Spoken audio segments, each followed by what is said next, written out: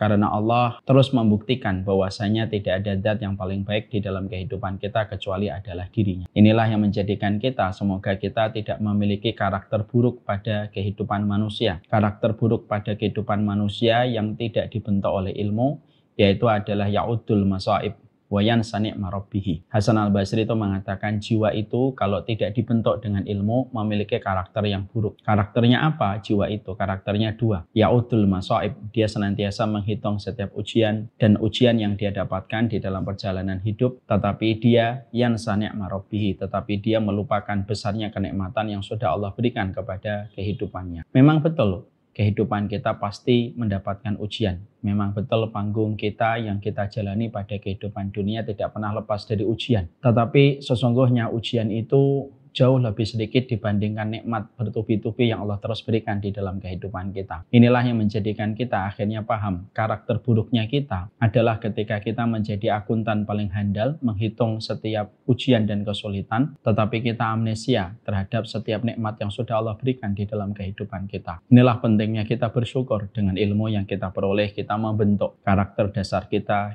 bentuk dengan sesuatu karakter yang Allah cintai. Karakter penduduk surga itu adalah mereka yang senantiasa lupa dengan ujian yang Allah berikan kepadanya karena dia tahu ujian itu tidak sebanding dengan kenikmatan besar yang Allah berikan kepadanya. Kalau betul-betul jiwa kita telah mendapatkan sapaan keberkahan, maka sesungguhnya kalau kehidupan kita telah mendapatkan sapaan keberkahan, maka kita memiliki jiwa yang senantiasa menjadi akuntan paling handal, menghitung setiap kenikmatan tetapi kita amnesia terhadap setiap ujian. Inilah yang menjadikan kita bersyukur kepada Allah. Kehidupan kita, betapa tidak sempurnanya kita ketika Allah terus memberikan kenikmatan di dalam kehidupan kita. Bahkan ketika kita sedang bermaksiat pun, Allah masih mengirimkan kepada kita kenikmatan oksigen dan semua yang kita butuhkan walaupun kita sedang bermaksiat kepadanya. Walaupun kita melakukan dosa, melakukan maksiat, maka ketika kita bertaubat, seketika Allah melupakan dan menghapuskan jutaan dosa yang pernah kita lakukan. Selama kita bertaubat dengan taubatan nasuha, tidak ada yang lebih beruntung dari kehidupan orang beriman ketika kita telah memiliki Allah, zat yang berhak kita sembah di dalam. Inilah yang menjadikan kita bersyukur setiap waktu, setiap saat di dalam perjalanan kehidupan kita. Amin insyaallah. Ibu-ibu dan para orang tua, siswa dan siswi di Nizamiyah, kita pada kesempatan hari ini akan meneruskan kajian kita part yang kedua. Kajian part yang pertama kita selenggarakan secara offline kalau tidak salah 5 bulan atau 6 bulan yang lalu, yaitu ketika kita membahas bagaimana kita menjadi seorang wanita yang sedang diuji oleh Allah Subhanahu wa taala. Ini tentunya menjadi tema yang cukup menarik. Karena pada dasarnya kita harus mengerti love language-nya Allah kepada kehidupan makhluk tidak sama dengan kehidupan love language-nya kita kepada sesama manusia. Kalau love language-nya kita sesama manusia, tentunya kita akan memberikan berbagai macam fasilitas, kenikmatan, kemudahan kepada orang yang kita cintai. Tapi ternyata Allah berbeda, bahwasanya Allah memiliki satu love language yang tidak sama antara kita dengan sesama manusia. Love language-nya Allah kepada kehidupan manusia itu adalah ketika Allah menguji manusia dengan berbagai macam kesulitan dan takdir pahit yang mereka temukan di dalam perjalanan hidup. Dan tentunya ada hikmah besar yang Allah ingin berikan kepada kita sebagai orang yang diuji oleh Allah. Oleh karenanya ketika kita sedang membahas tentang bagaimana seorang wanita ketika dia diuji oleh Allah Subhanahu wa taala, inilah yang menjadikan kita membahas bagaimana kita meneruskan materi ini supaya kita sebagai seorang ibu, sebagai seorang istri tahu bagaimana ketika kita diuji oleh Allah di dalam perjalanan kehidupan kita. Kita pada pertemuan yang terakhir sekitar 5 atau 6 bulan yang lalu, kita telah membahas bahwasanya pembahasan yang telah kita sempurnakan itu adalah bagaimana seorang wanita harus menyadari betul bahwasanya dirinya ketika telah ditetapkan sebagai seorang wanita di dalam kehidupan ini, Allah tidak mungkin menetapkan takdir secara random. Tetapi Allah ketika menjadikan seorang wanita memiliki kelamin dan memiliki identitas sebagai seorang kaum Hawa, maka pastinya bahwasanya Allah yang paling tahu siapa yang berhak menjadi laki-laki dan siapa yang paling berhak menjadi perempuan. Dan tentunya ketika seorang wanita telah dinobatkan oleh Allah menjadi seorang wanita, pada dasarnya wanita bukan lapisan kedua, tetapi wanita memiliki kedudukan dan kemuliaan yang sama ketika mereka menjadi hambanya Allah yang taat. Sehingga ketika kita memahami bahwasanya kita diciptakan oleh Allah sebagai seorang wanita, sekali lagi Allah tidak mungkin memberikan kepada kita identitas sebagai seorang kaum Hawa itu begitu saja, kecuali karena keutamaan yang Allah ingin berikan kepada engkau sebagai seorang wanita ketika Allah takdirkan engkau menjadi kaum. Makanya pada pertemuan kita yang lalu kita membahas betapa Allah itu sangat mencintai wanita, dan ini merupakan perkara yang tidak bisa diragukan dan dibantah. Supaya setiap wanita ketika mereka mendapati pada kehidupan, kenapa saya menjadi seorang ibu, kenapa saya menjadi seorang istri, dan kenapa pula saya menjadi seorang wanita dalam kehidupan ini,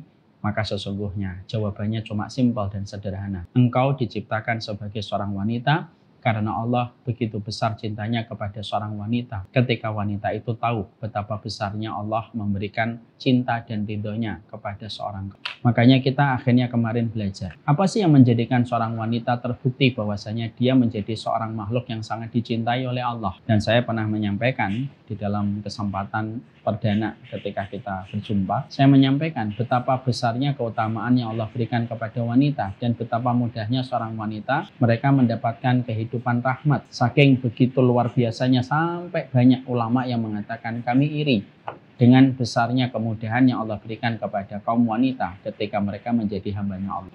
Setidaknya kemarin kita telah membahas ada 3 keutamaan besar yang Allah berikan kepada wanita yang Allah tidak berikan kepada seorang laki-laki. Apa itu? Yang pertama, seorang wanita itu apabila dia telah menjadi seorang ibu, maka sesungguhnya kekuatan doanya seorang ibu melebihi doanya seorang bapak. 3 kali lebih cepat daripada doanya seorang bapak kepada anaknya. Kalau ibarat kata, ibu-ibu kalau sudah berdoa, kecepatan doanya ibu 90 km per jam. Tapi doanya seorang bapak hanya melesat sejauh 30 km per jam. Dan itu menjadikan akhirnya Allah itu sangat mencintai wanita. Makanya dijadikan setiap rasa yang dia dapatkan, setiap keperihan yang dia peroleh, setiap risiko nyawa ketika dia melahirkan, itu tidak ada yang berlalu di sisi Allah, kecuali Allah kumpulkan.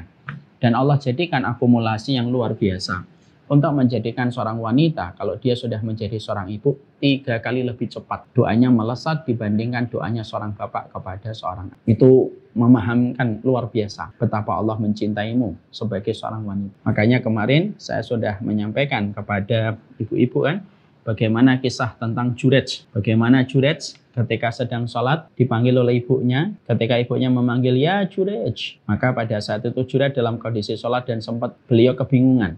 Apakah saya memenuhi panggilan ibu ataukah saya membatalkan sholat? Apakah saya membatalkan sholat, memenuhi panggilan ibu, ataukah saya meneruskan sholat? Ternyata Jurej itu meneruskan sholatnya. Lalu ibunya memanggil yang kedua dan yang ketiga, ya Jurej. Kembali Jurej akhirnya memutuskan untuk melanjutkan sholatnya dan tidak memenuhi panggilan ibunya. Perhatikan ketika ibunya Jurej dalam hadis riwayat Muslim. Ibunya Jurej sempat berkata, ya Jurej, aku panggil engkau 3 kali tetapi engkau tidak menghampiri panggilanku. Semoga engkau tidak mati sampai engkau melihat senyuman seorang pelacur. Dan ternyata kemarin saya sampaikan, ternyata betul-betul doanya ibunya Jurej dikabulkan oleh Allah. Jurej itu akhirnya melihat senyuman seorang pelacur, ya, yang tidak perlu saya ceritakan kembali, di mana itu membuktikan kepada kita bahwasanya doanya seorang ibu walaupun dalam kondisi setengah bersandar, setengah berkelakar, itu pun dikabulkan oleh Allah. Terlebih lagi ketika mereka betul-betul khusyuk dan betul-betul bersungguh-sungguh di dalam doa. Tidak ada yang mampu menghalangi doa yang melesat ke langit ketika itu datang dari lisan seorang wanita ketika mendoakan putra-putrinya. Perhatikan, ini merupakan hal pertama yang Allah berikan kepada seorang wanita. Ketika seorang wanita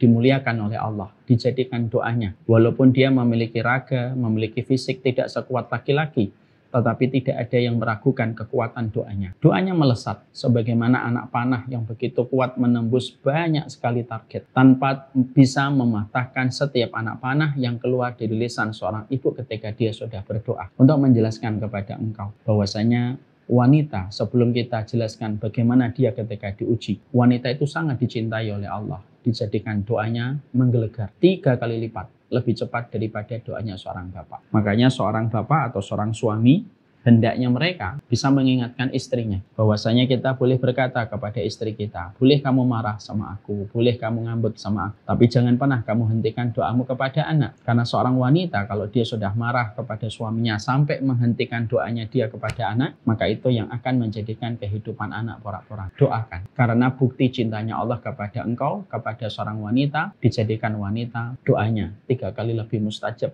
daripada doanya seorang laki-laki. Yang kedua, yang kita buktikan bahwasanya Allah sangat mencintai seorang wanita adalah ketika wanita dimudahkan di dalam syariat dan diberikan oleh Allah banyak privilege yang Allah tidak berikan kepada laki-laki. Allah memberikan kemudahan kepada seorang wanita. Bukankah wanita diberikan kemudahan, tidak perlu bersusah payah dia ikut sholat di masjid, cukuplah dia sholat di rumah. Ketika dia terdengar suara adzan, cukuplah dia sholat di makhda. Dan kita sudah menerangkan makhda itu apa, Ustaz? Makhda adalah ruangan kecil pada rumah kita. Lalu di mana kalau pada ruangan kecil itu seorang wanita sholat, maka seketika sholatnya sama, sejajar keutamaannya, equal dengan sholatnya laki-laki di masjid. Padahal sholatnya laki-laki di masjid bukan perkara yang ringan.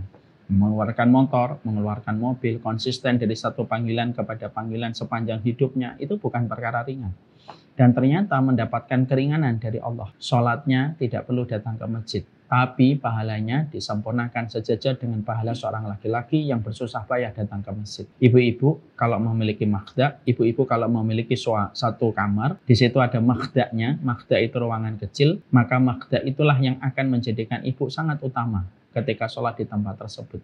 Itu menjadikan bahwasanya Allah meringankan dan Allah tidak membebani.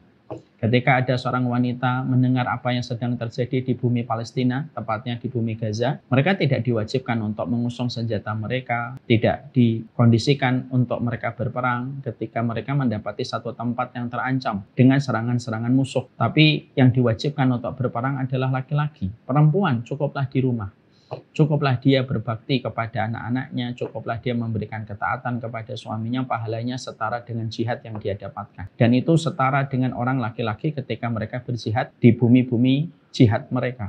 Dan itu sekali lagi memberikan kepada kita tentang sebuah arti bagaimana seorang wanita diringankan oleh Allah. Ketika dia menjadi anak perempuan, yang bertanggung jawab kepadanya adalah bapaknya. Ketika dia menjadi seorang istri, yang bertanggung jawab adalah suaminya. Dan ketika dia hidup, maka nafkahnya ditanggung oleh suaminya. Dan dia hanya di dalam rumahnya memberikan hatinya, memberikan jiwanya, merawat anak-anaknya. Ketika nafkahnya pun ditanggung oleh seorang suami. Ini membuktikan kepada kita betapa mudahnya seorang wanita dalam kehidupan sampai urusan hisabnya dibebankan kepada dua orang. Dibebankan kepada bapaknya dan dibebankan kepada suaminya. Dan suaminya bukan hanya mempertanggungjawabkan hisabnya kepada seorang istri, tapi seorang suami diperintahkan untuk memenuhi kebutuhan sandang, papan, dan pangan seorang wanita ketika dia telah menghalalkan seorang wanita dalam perjalanan hidupnya. Bukankah ini kemudahan? Bukankah syariat ini tidak terjadi secara begitu saja? Bukankah syariat ini membuka hati dan pikiran kita bahwasanya yang mencintai seorang wanita itu bukan feminisme, tapi yang mencintai seorang wanita itu adalah Allah Subhanahu wa Ta'ala? Kalau ada yang mengatakan, Ustadz, seorang wanita itu tidak boleh dipegang, itu berarti diskriminatif. Bukankah yang tidak dipegang bukan berarti dia lebih buruk? Bukankah Ratu Elizabeth juga tidak boleh dipegang begitu saja oleh setiap orang? Bukankah itu menjadikan bahwasanya Islam itu meratukan setiap para wanitanya sebagaimana warga Inggris ketika meratukan Ratu Elizabeth mereka? Semuanya itu memberikan arti kepada kita bahwasanya Allah itu sangat mencintai wanita. Supaya wanita di tengah masalah apapun yang nanti mereka jumpai, di tengah himpitan kondisi apapun yang mereka dapatkan, maka tidak ada zat yang paling mencintai seorang wanita kecuali adalah Allah. Dan janganlah setiap masalah bertumpuk-tumpuk yang kalian jumpai dalam kehidupan melupakan bahwasanya tujuan kalian diciptakan oleh Allah bukan untuk berhenti di tengah jalan, tapi terus berjalan sampai ke titik akhir ketika berjumpa dengan Allah. Kalau kita sebagai wanita diuji, lalu kita lupa betapa besarnya Allah memberikan privilege kepada kita, lalu kita berhenti di tengah jalan dan kita terpuruk. Buat apa kamu diciptakan kalau hanya terpuruk di tengah jalan? Maka itulah yang menjadikan seorang wanita dicintai oleh Allah Subhanahu wa Ta'ala. Yang kedua, dia diberikan oleh Allah banyak kemudahan. Sholatnya di rumah, nafkahnya dibebankan kepada seorang suami. Dia tidak perlu keluar banyak dari rumahnya, fokusnya di rumah. Sesekali dia keluar ketika mereka ingin untuk mendapatkan suasana sebagai bentuk refreshing. Tapi selebihnya Allah mudahkan seorang wanita. Bukan hanya itu saja, tapi sampai kita juga menjumpai bahwasanya seorang wanita diberikan oleh Allah me time, oleh Allah Subhanahu wa Ta'ala. Bukankah ketika seorang wanita diberikan siklus bulanan itu merupakan me time dari Allah? Sampai Allah pun tahu bahwasanya wanita itu butuh waktu bersama dengan dirinya. Allah berikan kepadanya siklus bulanan. Bukan hanya untuk mengeluarkan darah kotor yang ada pada dirinya, tapi sesungguhnya Me time itu juga merupakan, siklus bulanan itu juga merupakan bagian dari me time yang Allah berikan. Supaya wanita bisa menarik nafas untuk dirinya, meresapi pada perjalanan hidupnya. Ketika mereka pada waktu siklus bulanan, mereka tidak perlu sholat, mereka tidak perlu membaca Al-Quran. Tapi supaya mereka bisa istirahat sejenak dari perjalanan panjang ketika beribadah kepada Allah. Dan itu merupakan bagian dari salah satu surat cintanya Allah kepada wanita yang terkadang banyak wanita itu tidak tahu. Siklus bulanan bukan hanya sekedar siklus bulanan. Siklus bulanan adalah surat cintanya Allah kepada seorang wanita supaya mereka merasakan hangatnya cintanya Allah setiap bulan kepada seorang wanita ketika mereka diberikan istirahat setiap bulannya 1 pekan, yang itu tidak pernah diberikan kepada laki-laki. Laki-laki capek, laki-laki capek. Laki-laki itu dicintai dengan banyak syarat. Laki-laki itu harus bertanggung jawab, laki-laki itu harus mengawasi, laki-laki itu harus mengendalikan, laki-laki itu harus mendidik. Laki-laki itu dari dia membuka mata sampai menutup mata, semuanya harus berada pada tanggung jawab yang harus dia perhatikan secara detail. Tapi ada nggak waktu istirahat bagi laki-laki dengan me time-nya? Nggak ada. Yang ada hanya untuk perempuan ketika mereka istirahat selama sepekan. Ketika dalam 1 bulan Allah memberikan itu sepanjang hidupnya. Bukankah itu merupakan getaran yang luar biasa dari love language-nya Allah kepada wanita yang menjadikan wanita harus memahami, ya Allah, betapa mudahnya Allah meringankan hidupmu dan betapa mudahnya Allah ketika sangat besar mencintaimu sampai memberikan banyak kemudahan di dalam perjalanan hidupmu. Yang ketiga, yang kita dapati dan kita jumpai, bagaimana seorang wanita ketika mereka telah lahir, maka sesungguhnya orang tuanya kalau mampu mendidik seorang wanita, dia menjadi sholihah, terjaga kesuciannya, terjaga kehormatannya sampai dia menikah, maka bisa menjadi hijab dan bisa menjadi sutroh, bisa menjadi penghalang antara orang tuanya dari dinding api neraka. Yang mana ini tidak disebutkan secara spesifik untuk anak laki-laki. Kenapa? Ya karena keistimewaan anak perempuan yang disampaikan oleh Allah Subhanahu wa taala supaya dirasakan getaran rasa cintanya Allah kepada wanita. Makanya sampai mendidik anak perempuan itu taat kepada seorang ibu lebih besar daripada taatnya kepada seorang bapak. Coba. Jadi kalau seorang anak misalkan dia berbakti, misal dalam contoh kasarnya atau realitanya, seorang anak mengumrohkan ibunya harusnya mengumrohkan 3 kali, bapaknya umrohnya 1 kali saja. Kalau kita bandingkan realitanya, kenapa? Karena memang 3 kali lebih besar baktinya seorang anak kepada ibunya daripada baktinya dia kepada seorang bapak. Karena memang walaupun kita tidak boleh meremehkan bapak, memang betul keringatnya seorang bapak tidak segurih air susu. Tapi bagaimanapun air susu itu memberikan keberkahan. Makanya Allah sampai menyampaikan di dalam surat Maryam ayat yang ke-32. Wa barram biwalidati wa lam yaj'alni jabbaran syaqiyya. Sesungguhnya aku berbakti kepada ibuku, kata Nabi Isa di dalam surat Maryam 32, wa lam yaj'alni jabbaran syaqiyya. Maka aku tidak dijadikan sombong, tidak dijadikan celaka oleh Allah. Makanya seorang anak yang dia secara spesifik berbakti kepada ibunya, bukan manja ya, tapi berbakti sama ibunya. Maka Allah itu mengatakan walam yaj'alni jabbaran syaqiyya, tidak dijadikan sombong dan tidak dijadikan celaka. Makanya kalau kita memahami Nabi Isa itu orangnya lembut, halus. Nabi Isa itu lembut dan halus. Jadi memang soft spoken Nabi Isa itu orangnya lembut, halus. Dan Nabi Isa itu tidak pernah celaka. Makanya ketika beliau dikepung oleh Bani Israel untuk dibunuh, Allah yang mengangkat Nabi Isa. Nabi Isa hidup sampai hari ini. Dan Nabi Isa masih punya satu tugas besar untuk turun lagi ke atas muka bumi dan membunuh Dajjal di akhir zaman. Kenapa sebesar ini agenda yang Allah berikan kepada Nabi Isa? Maka kunci jawabannya ada pada surat Maryam 32. Wa barram biwalidati wa lam yaj'alni jabbaran syaqiyya. Karena aku berbuat baik kepada ibuku, aku tidak dijadikan celaka dan aku tidak dijadikan sombong. Di mana ini tidak ada ayat yang secara spesifik mengatakan kepada seorang bapak. Memang wajib berbuat baik kepada bapak, tapi tidak sebesar kewajiban berbuat baik kepada seorang ibu. Makanya sampai akhirnya sedemikian dahsyatnya, sampai anak-anak kita kualitas mereka itu tergantung kepada ibunya, kepada mamahnya di dalam perjalanan hidup. Kalau mereka rapi hubungannya dengan ibunya dan mamahnya, akan rapi kualitas hidupnya. Tapi kalau dia tidak rapi kualitas dengan mamahnya dan ibunya, maka dia juga tidak akan rapi kualitas hidup. Kenapa sedemikian kuat? Karena ini merupakan love language-nya Allah kepada wanita, yang tentunya tidak bisa dipandang biasa saja. Ini masalah besar. Dan ini menunjukkan betapa besarnya Allah itu mencintai seorang wanita. Makanya laki-laki ketika ditinggalkan istrinya, mungkin dia tidak akan bisa mendidik sempurna anak-anaknya. Tapi kalau ada perempuan ditinggalkan suaminya, dia masih bisa mendidik anaknya yang terbaik. Bukankah Imam Ahmad, Imam Bukhari, Imam Syafi'i. Ibu-ibu tahu nggak apa benang merah di antara 3 ulama besar ini? Kalau ibu-ibu tidak tahu, saya sampaikan. Benang merah antara Imam Syafi'i, Imam Bukhari, Imam Ahmad, benang merahnya satu. Mereka sama-sama anak yatim. Imam Ahmad yatim, Imam Bukhari yatim, Imam Syafi'i yatim. Tapi ibu-ibu mereka berhasil mendidik anak-anaknya menjadi ulama besar. Memang betul, wanita itu tidak ditakdirkan untuk menjadi pemimpin, tapi wanita ditakdirkan untuk melahirkan pemimpin-pemimpin besar. Dan itu seorang wanita. Makanya seorang wanita itu mampu mendidik anak-anaknya. Dan itu terkadang tidak bisa dilakukan laki-laki seorang diri. Itulah yang membedakan antara Nabi Ibrahim dengan Nabi Nuh. Kenapa Nabi Ibrahim solih? Kenapa Nabi Nuh juga solih? Tapi kualitas anaknya berbeda. Nabi Nuh punya Kan'an, Nabi Ibrahim punya Ismail. Kenapa kok jadi berbeda? Padahal mereka juga sama-sama seorang nabi. Kualitas airnya datang dari kualitas orang yang solih. Kenapa Allah bedakan mereka? Karena sesungguhnya yang membedakan antara hasilnya Nabi Nuh dengan Nabi Ibrahim ketika mereka punya keluarga, air yang solih ini itu mendarat di rahim yang berbeda. Nabi Nuh mendarat di rahim seorang wanita yang tidak beriman.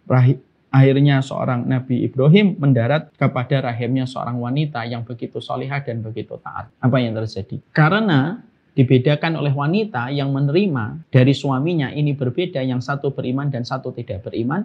Yang tidak beriman melahirkan Kan'an, yang beriman melahirkan Ismail yang menjadi bapaknya para nabi dan para rasul yang bersambung kepada Nabi Muhammad Sallallahu Alaihi Wasallam. Dan ini kualitas seorang wanita. Jadi memang betul kalau akhirnya kita mendapati betapa besarnya seorang wanita di dalam kehidupan. Mereka sangat dicintai oleh Allah Subhanahu Wa Taala. Mereka sangat dirahmati oleh Allah Subhanahu Wa Taala. Allah tidak memberikan kepada kita jenis identitas kelamin kita berdasarkan secara serampangan. Dan bukan berdasarkan secara sporadis. Allah kalau memberikan jenis kelamin kepada laki-laki dan perempuan, tidak tercipta begitu saja, tapi melalui ilmunya Allah yang panjang, melalui hikmahnya Allah yang dalam, melalui rahmatnya Allah yang tinggi. Jadilah laki-laki jadi laki-laki, yang perempuan jadi perempuan.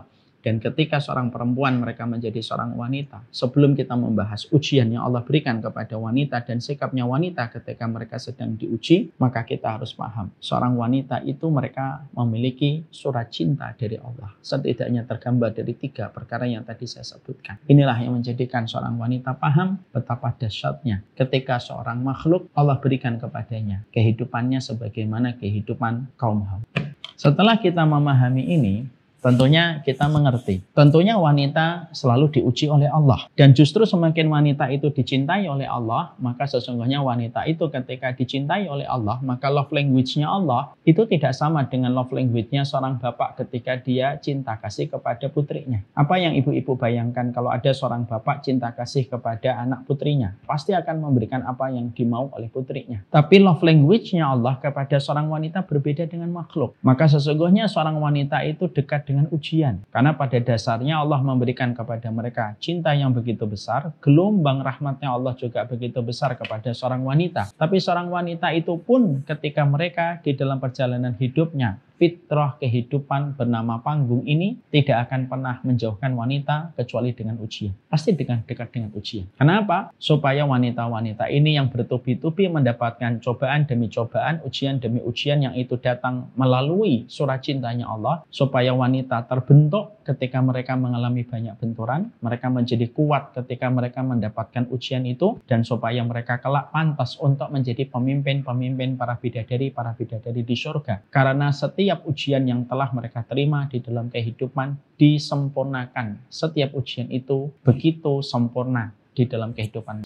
Makanya kalau kita melihat di dalam akidah Ahlussunnah wal Jamaah, di dalam akidah Ahlussunnah wal Jamaah kita mendapati dan kita menjumpai apa yang kita jumpai. Di dalam akidah Ahlussunnah wal Jamaah itu diterangkan, seorang wanita ketika mereka sudah memasuki surga, kedudukan mereka, parasnya mereka, fisiknya mereka itu melebihi parasnya dan posisi dan kedudukannya para bidadari di surga. Mungkin ada yang berkata, Ustadz, bukankah para bidadari terkenal dengan kecantikannya, parasnya yang rupawan, yang apabila mereka melirik ke surga, melirik ke dunia, maka dunia ini akan terasa hambar semua kecantikan para wanita-wanita ini? Maka betul, memang para bidadari diciptakan oleh Allah dengan paras yang rupawan. Dan kalaulah mereka itu melirik ke dunia, seluruh kecantikan wanita di dunia ini akan menjadi hambar kalau sudah seorang bidadari melirik ke dunia. Tapi itu konteksnya kapan? Ketika konteksnya seorang wanita masih berada di dunia dengan ujian demi ujian yang mereka hadapi. Tapi ketika wanita itu sudah menyelesaikan satu persatu ujian yang Allah berikan kepada mereka sampai mereka berjumpa dengan Allah dengan kejujuran, maka seorang wanita itu mereka ditinggikan derajatnya di surga dan mereka melebihi parasnya para bidadari. Karena bidadari tidak pernah melewati ujian, bidadari tidak pernah meneteskan air mata, bidadari tidak pernah melewati beratnya ketika menyusui, bidadari tidak pernah melewati masa ketika dia harus menahan kesabaran dan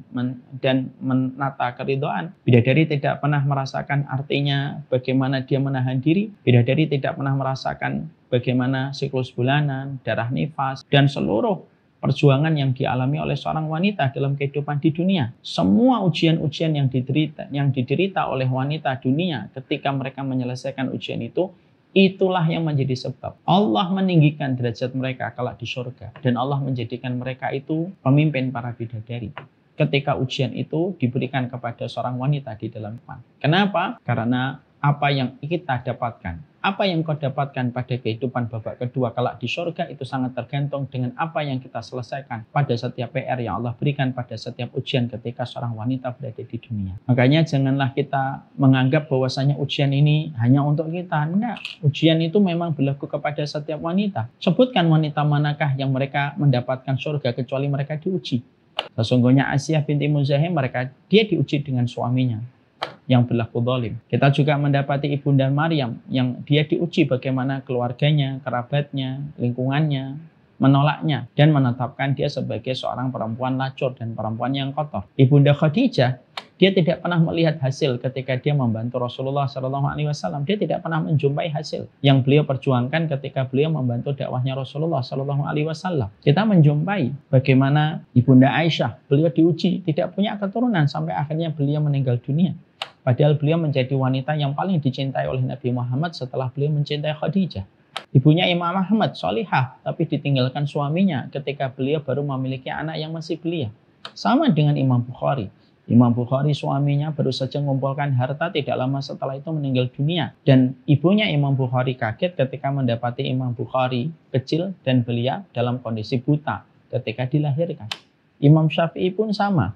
Ibunya Imam Syafi'i juga mendapatkan cobaan bagaimana beliau seorang diri ketika harus mendidik dan merawat serta membesarkan Imam Syafi'i. Sampai dalam beberapa riwayat beliau menjual apa saja supaya bisa memberikan pendidikan agama yang terbaik untuk putranya Imam Syafi'i.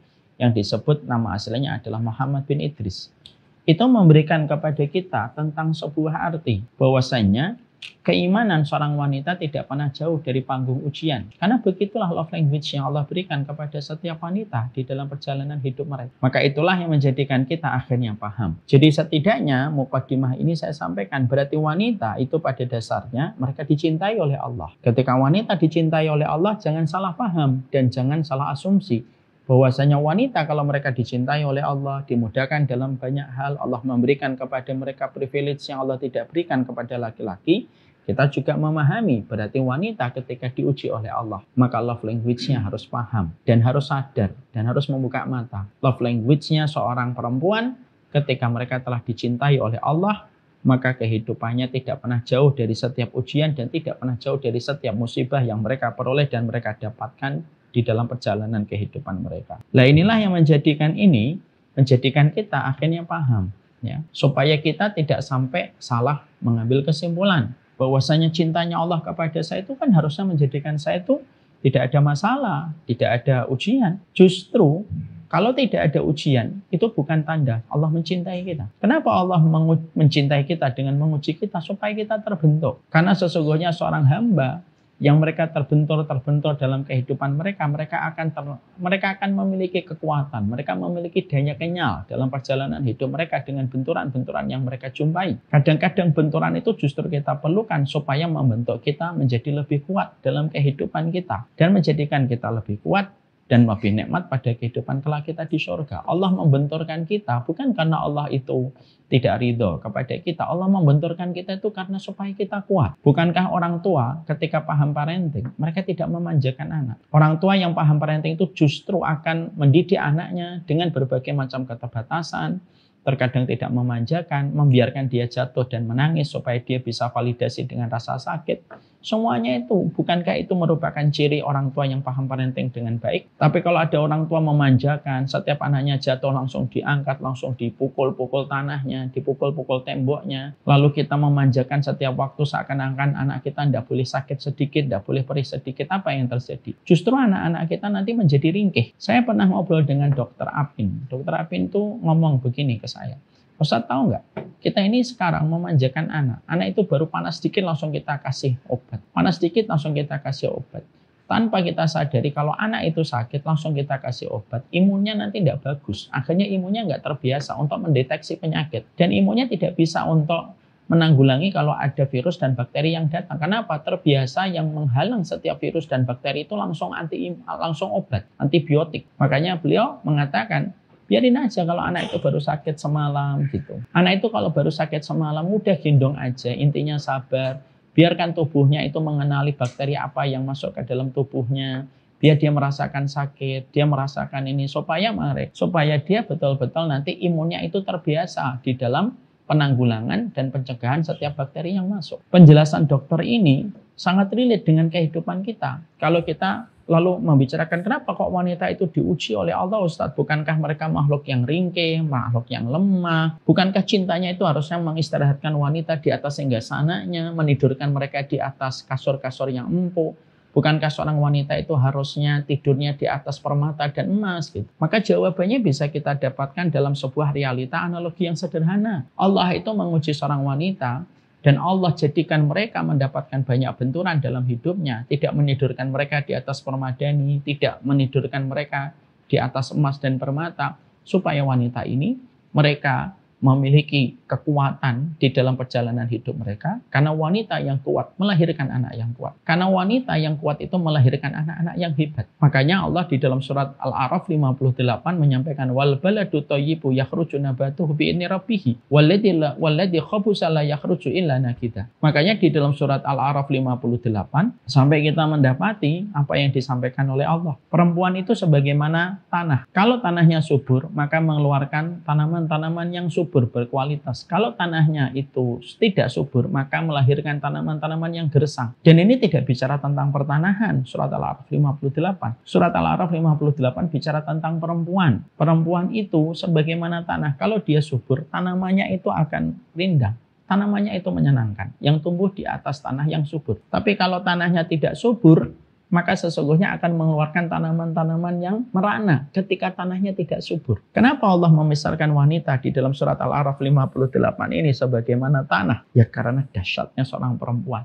Dan perempuan itu butuh kuat karena dia tanah. Karena apapun yang nanti berakar di atas tanah itu tergantung kualitas tanahnya. Makanya kenapa orang-orang beriman, wanita beriman diuji oleh Allah. Dan wanita-wanita yang disebutkan dan dinobatkan sebagai penghuni-penghuni surga itu mereka diuji oleh Allah Subhanahu wa Ta'ala. Ya karena supaya mereka kuat. Supaya karakter mereka ketika kuat itulah yang mampu betul-betul menjadi madrasah yang terbaik untuk anak-anaknya. Tapi kalau wanitanya standarnya sudah standar TikTok, standarnya sudah berbagai macam kenyamanan hidup yang membuat mereka jauh dari ujian itu, maka terkadang manisnya kehidupan ini membuat kita mudah terkena diabetes, dan diabetes itu merusak seluruh inti kehidupan kesehatan kita. Kenapa Allah berikan kepada perempuan itu kenapa Allah tidak berikan gula-gula yang manis kepada perempuan dengan kemudahan banyak hal? Ketika wanita itu banyak diuji oleh Allah di dalam perjalanan hidup mereka. Ya kalau perempuan dikasih kemudahan terus, sebagaimana laki-laki diberikan kemudahan terus, kita sebagaimana mendapatkan asupan gula. Gula itu memang kita senangi. Gula itu membuat kita terbuai. Gula itu membuat kita lalai. Sugar rush. Akhirnya membuat kita itu tanpa kita sadar itu efek domino itu kemana-mana. Sampai akhirnya para dokter menyimpulkan dengan sebuah kata-kata, penyakit diabetes itu pangkal dari semua penyakit itu dimulai dari diabetes. Kenapa Allah tidak memberikan kepada kita gula-gula dalam kehidupan kita? Ya terkadang gula-gula itu yang menjadikan kita itu nanti rusak. Maka akhirnya disitulah wanita itu mereka diuji oleh Allah. Mereka mendapatkan ujian di dalam kehidupan mereka. Karena Allah ingin supaya wanita-wanita itu ibarat kata memiliki imunitas tubuh yang kuat, supaya ketika mereka kuat di dalam perjalanan hidup mereka, menanggung dan memikul setiap beban yang ada dalam hidup mereka, menjadikan semua akan menjadi berkah ketika seorang wanita itu telah lulus di dalam ujian pada kehidupan mereka. Nah, inilah yang kita paham. Kenapa wanita harus diuji? Kenapa nggak laki-laki aja yang diuji? Bagaimanapun perempuan tetap harus diuji. Kalau wanita tidak diuji, bagaimana nanti Allah punya alasan memasukkan dia ke surga? Ya? Apa alasan Allah nanti memasukkan dia ke surga kalau dia nggak mendapati ujian? Allah mengujinya karena Allah itu ingin memberikan kepadanya alasan supaya dia memiliki kepantasan untuk memasuki surga dan menjadi pemimpin para bidadari. Sehingga para bidadari nanti ketika di surga itu mereka sangat paham. Oh, kenapa dia jadi pemimpin kami? Ya wajar mereka pemimpin kita. Dia melahirkan, dia sabar, dia ridho, dia nyusuin anak, dia ngerawat anak. Wah, pantas dia jadi pemimpin kita. Kita saja kalau jadi penduduk perempuan di dunia mungkin kita nggak akan mampu. Itulah kata-kata yang pantas. Karena Allah itu akan menjadikan para wanita itu di dalam, sekali lagi, di dalam akidah Ahlussunnah. Para wanita di dunia itu nanti akan menjadi para pemimpin-pemimpin bidadari di surga. Dan supaya para bidadari itu jangan sampai mengatakan, ya Allah salah ini jadi pemimpin kami. Karena hidupnya biasa-biasa aja kok jadi pemimpin kami. Tapi ketika pemimpin itu betul-betul melewati ujian demi ujian yang berat dalam kehidupan mereka, mereka akhirnya layak dinobatkan menjadi pemimpin para bidadari. Ketika para bidadari mereka angkat tangan mereka dan mereka hormat kepada para pemimpin mereka. Karena mereka tahu track recordnya perempuan yang menjadi pemimpin mereka itu memang perempuan luar biasa ketika mereka diuji oleh Allah. Tidak akan sempurna ujianmu dalam hidup sampai sempurnanya seorang Hajar ketika diuji oleh Allah melalui Nabi Ibrahim.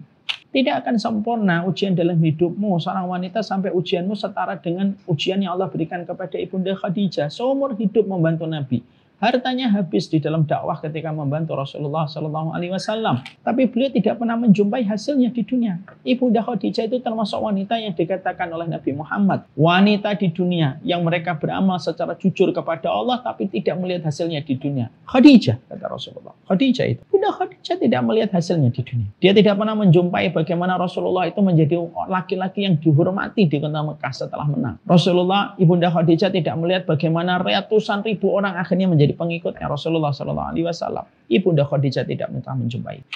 Supaya akhirnya bagaimana seorang wanita memahami betul bahwasanya seorang wanita itu pada dasarnya kenapa mereka harus diuji. Karena ujian itu memantaskan mereka untuk menjadi pemimpin para bidadari. Dan wanita itu ketika mereka diuji oleh Allah. Karena sesungguhnya ujian yang mendekatkan mereka kepada benturan, benturan itu mengokohkan mereka. Supaya perjalanan mereka menjadikan mereka kuat dan tanah yang kuat melahirkan tanaman-tanaman yang kuat sebagaimana surat Al-A'raf 58. Sekarang para ulama lalu menerangkan bab yang ketiganya. Bab ketiganya para ulama lalu menerangkan wanita itu akan diuji dari 4 perkara.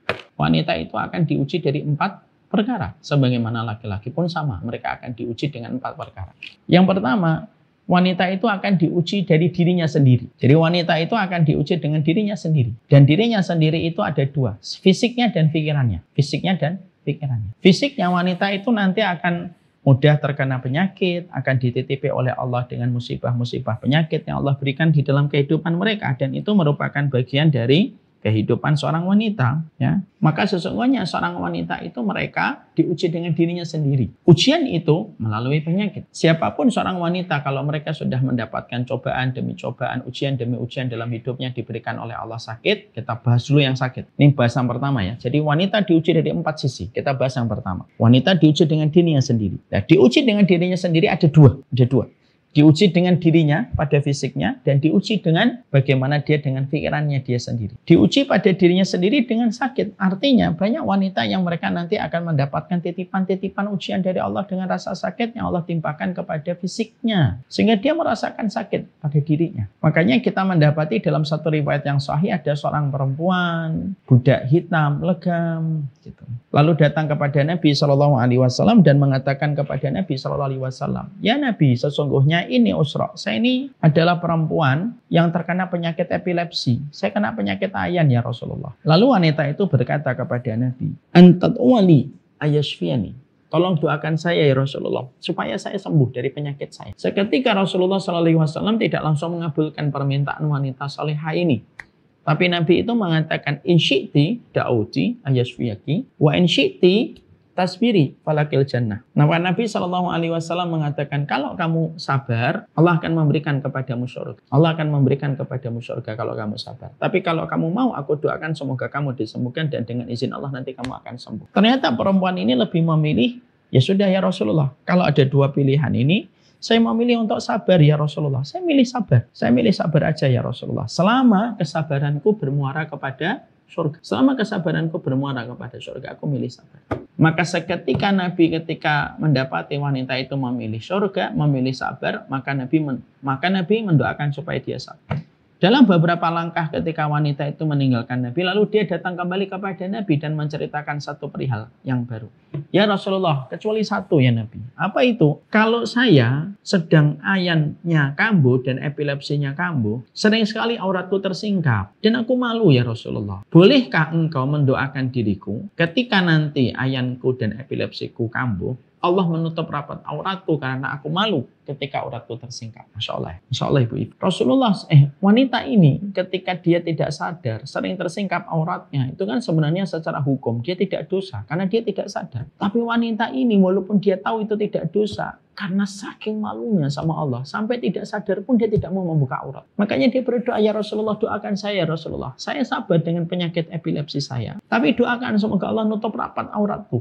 Dan Nabi mendoakan, ya sudah, aku doakan. Dan wanita ini setelah pisah dari Nabi SAW, maka wanita ini epilepsinya, ayannya sering kambuh. Tapi setiap ayannya kambuh itu ditutup rapat oleh Allah dan tidak sama sekali tersingkap auratnya. Seakan-akan membuktikan bahwasanya Allah itu memberikan kepadanya apa? Dikabulkan permintaan akhiratnya. Jadi di situ kita menjumpai dan kita mendapatkan dalam perkara itu, kita menjumpai apa? Betapa besarnya bahwasanya wanita itu akan diuji, dan salah satu ujian yang mengenai kepada wanita itu fisiknya. Wanita itu akan diuji dengan fisiknya. Di satu sisi dia punya kekuatan karena tulang-tulangnya perempuan itu disetting oleh Allah. Defaultnya itu mampu menahan rasa sakit ketika melahirkan. Makanya tingkat rasa sakit seorang wanita ketika melahirkan tidak akan pernah mampu dipikul dan dirasakan seorang laki-laki.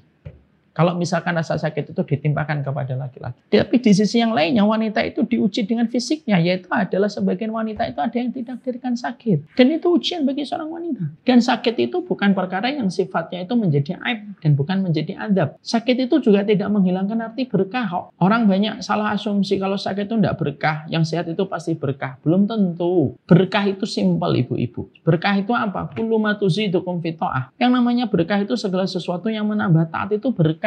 Bisa jadi yang sehat belum tentu berkah, tapi bisa jadi yang sakit itu berkah. Kenapa? Karena yang sakit itu mendekatkan dirinya dengan Allah, tetapi yang sehat itu justru tidak dekat dengan Allah. Berapa banyak dinding rumah sakit itu lebih merekam orang yang khusyuk berdoa dan merasa dekat dengan Allah dan memohon pertolongannya dibandingkan dinding masjid yang orang itu lalai ketika dia meminta sesuatu kepada Allah. Sehingga di situ kita menjumpai dan kita mendapatkan betapa besarnya kehidupan seorang wanita ketika wanita itu diuji oleh Allah. Dan ujian itu pertama itu apa? Melalui dirinya. Dan dirinya itu apa? Sakit. Dan sakit itu bukan berarti dia tidak berkah. Bisa jadi sakit itu berkah. Ini kita bahas dulu tentang sakit dulu. Supaya jangan pernah kita memiliki asumsi yang salah. Oh, yang namanya berkah itu sehat, panjang umur, gampang rezekinya.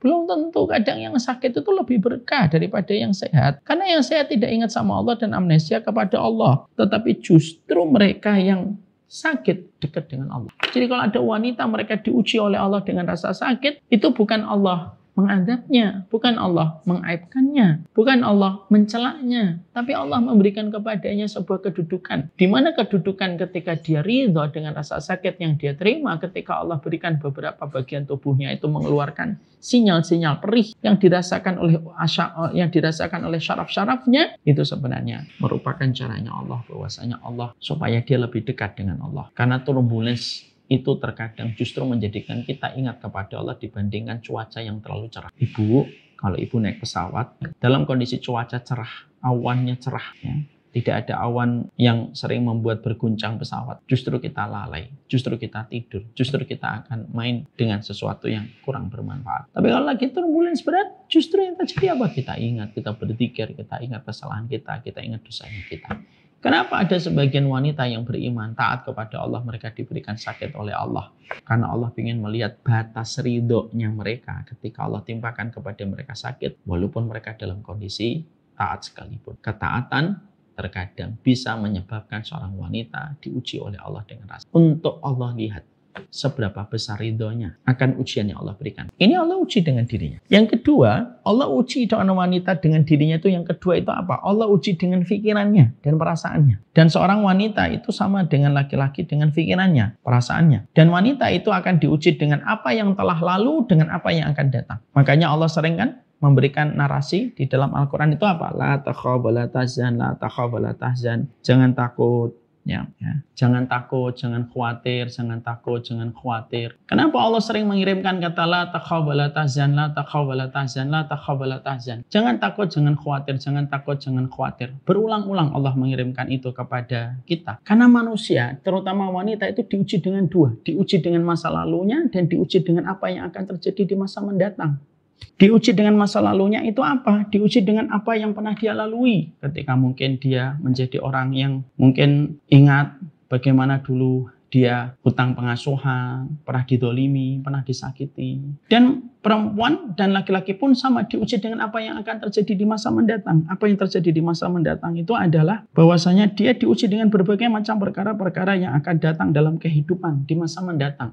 Rasa khawatirnya, rasa takutnya. Sebagaimana kita mendapati seorang ibunda Maryam, seorang ibunda Maryam itu pun pernah sampai beliau itu menatap masa depan gitu. Dengan rasa khawatir gitu. Sampai Allah menyampaikan di dalam salah satu ayat di dalam surat Maryam, fa'aja'ahal makhadu ila jit'in nakhlati qalat ya laitani mitu qabla hada wa kuntu nasam mansiya. Dia bersandar ke pohon kurma gitu. Lalu akhirnya ketika dia bersandar ke pohon kurma, maka ibunda Maryam itu berkata, ya laitani mitu qabla hada wa kuntu nasam mansiya. Ya Allah, beratnya ujian ini ya Allah. Alangkah baiknya saya meninggal saja dan dilupakan manusia. Alangkah baiknya saya itu meninggal dan dilupakan oleh manusia. Sampai seorang ibunda Maryam itu tingkat ujiannya kepada dirinya, bukan hanya dirinya yang harus menghadapi betapa beratnya ujian ketika beliau dalam kondisi hamil, tapi beliau juga menghadapi beratnya kehidupan beliau itu tentang bagaimana ke depannya. Sampai dia bersandar ke pohon kurma itu sampai mengatakan, sudahlah ya Allah, mati aja. Ya laitani mitu qabla hada wa kuntu nasam mansiya. Ya Allah, matiin saja supaya saya itu dilupakan orang dan tidak ada yang peduli dengan saya. Dan itu menjadikan akhirnya itulah perempuan.